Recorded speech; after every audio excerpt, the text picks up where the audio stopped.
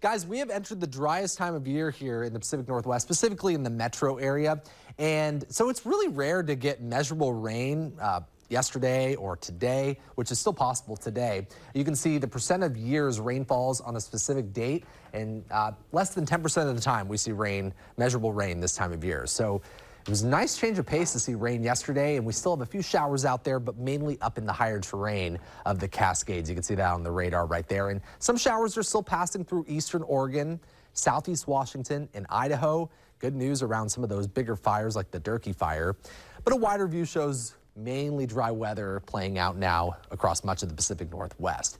Temperatures are fairly mild. It's kind of humid out there, mid to upper 60s from Salem to Portland, upper 50s and low 60s along the coast, and we're also in the 50s and 60s in central and eastern Oregon. Kind of foggy out there at our Discover Newport camera, lower visibility, 59 degrees right now.